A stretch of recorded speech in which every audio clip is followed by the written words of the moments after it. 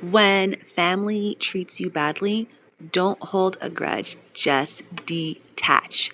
You have to untangle them from your life, right? Right now, they are in the important box. Get them out of there. It's a process. It's a process though, and it takes time. The good news is that each day just gets better after, like, you just start to process little things, right? Okay, so first of all, you have to figure out who is the hater. Who are the haters in your family? And you want to figure out who is the biggest hater.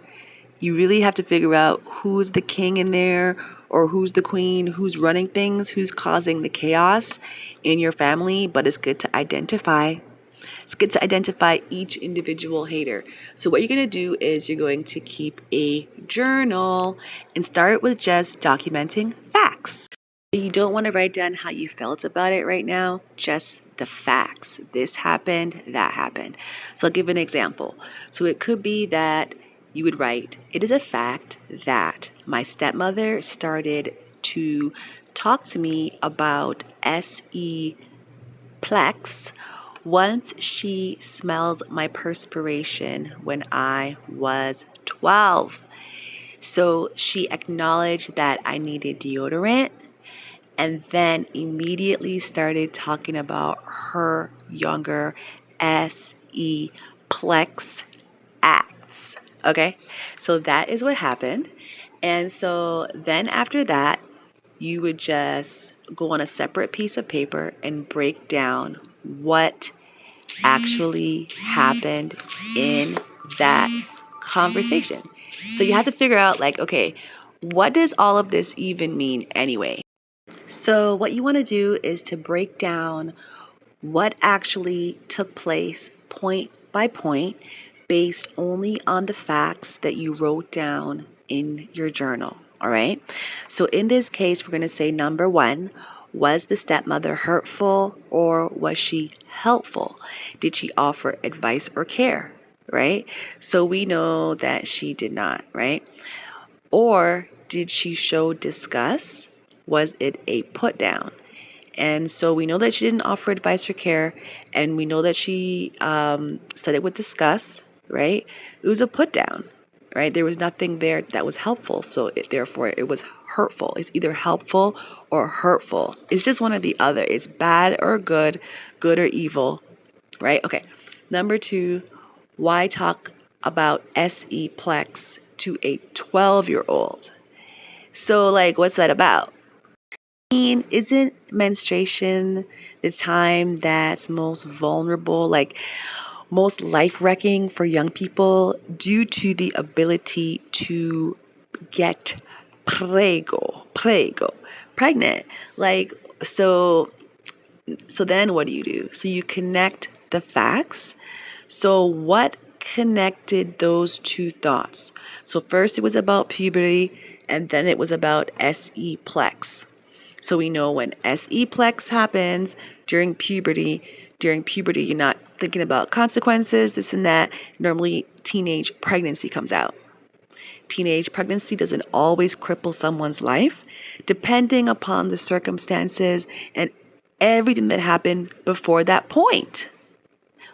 So for a lot of people, it is super life-changing and not for the good, okay? And we know this. So based upon what we wrote down, we know that it was a negative conversation and it was an evil conversation and it was a demonic conversation, right? So now you know that stepmother was digging a grave for you. And she may not be your biggest hater, but she definitely is a major hater in your inner circle. And that stepmother is a covert narcissist. She's sneaky, she's diabolical, and she's evil, and she's doing evil softly, okay? That's what they say when it's softly, it's covert, all right? And so she's not coming right out and saying, hey, go have SE Plex now at 12 years old. She's not saying that, right? But she's planting seeds in your head because she's showing you joy when she's talking about SE Plex, okay? Plus, what's happening is that she's giving you attention like never before because like she never talks to you, right? So this is a trap that she's setting for you. It's demonic and it's evil. She's setting a trap for you. So she's trash. The stepmom is trash. So what do? You need to get her out of your life, okay? But again, we do not want to hold a grudge for these evil people, right? Because they're trying to destroy your life, and there's many ways to skin a cat, right? There's many ways that they can destroy your life, major or minor, micro or macro, right? So in this case, she was going macro with the Prego thing. That's 100% we know.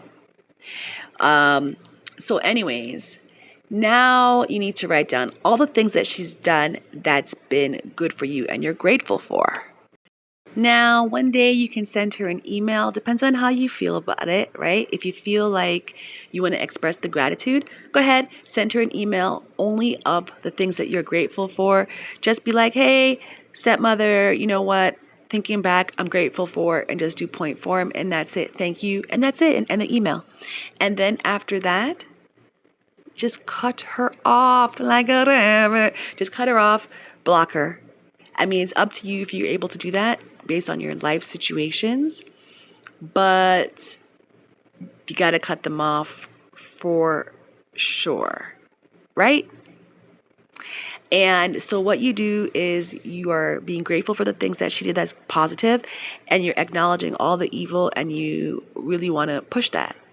You really want to push that you want to acknowledge the evil because we're going to get down on our knees and we're going to pray about it, okay? We really are. So like after you write down all that the stepmother has done wrong, then you decide for yourself that you don't want to carry around the memories any longer. So you may not be able to get there in one day as you write it, right? As you're writing down these memories, you might be starting to get angry and you start reliving these things and being like, wow, you really upset me and all these things. But after, when you decide that you don't want to spend the rest of your life carrying around these memories, then you get down on your knees and you ask Jesus to help you to forgive her, and that you want to forgive, and that's your intention, and you do forgive her. How about that? So you do that, and that's how you begin forgiveness. We don't want to carry around their evil because they'll get you on a micro level to make you hate them forever. And if you hate them forever and you're carrying around this like, oh, you did that to me, did this to me, you're carrying around unforgiveness, you're carrying around evil, you're letting demons in, and you're having a bad life. The best way to get revenge on people, the best way is to improve your life, for you to be happy, for you to have a pure soul, right? And they don't want that. They want to get you on any level. They begin you on the micro level, like pregnancy, and they begin you on the micro level by you harboring unforgiveness. Because, okay, if they weren't in your life and you never met them, then you wouldn't have that unforgiveness. You wouldn't have anything to write down like that. You'd be so pure and free, la la la la la. But they did things to you, so you have it, right? But you got to take it out. They gave you a box of darkness. You just don't keep it and keep it there. You remove it, and how you remove it is to forgive. So forgiveness doesn't mean you have to talk to them. Forgiveness just means that you're like, hey, you know what? I acknowledge this. I realize that you are hurt and you're evil, and I forgive you. I forgive you because you're whack. These people are truly evil and whack. Why would you be angry with them? You're not on their level. You're above them. Forgive them and kick them out of your life. So you wish them well. So it's a process. So we went through the whole process. At the end of it, you'll feel so much better. And at first it's hard, but every time you think negative thoughts about them, you just try to think about it from like their low perspective. And then you look at the other choices that they've made in their lives and how they deal with things. And you just realize like, you're not even in mi clase. You're not even in mi clase. It's like, why would I be mad at you? You're a kid. So anyways, that's the message. Please like and subscribe, leave a comment, and see you in the next video. Ta-da!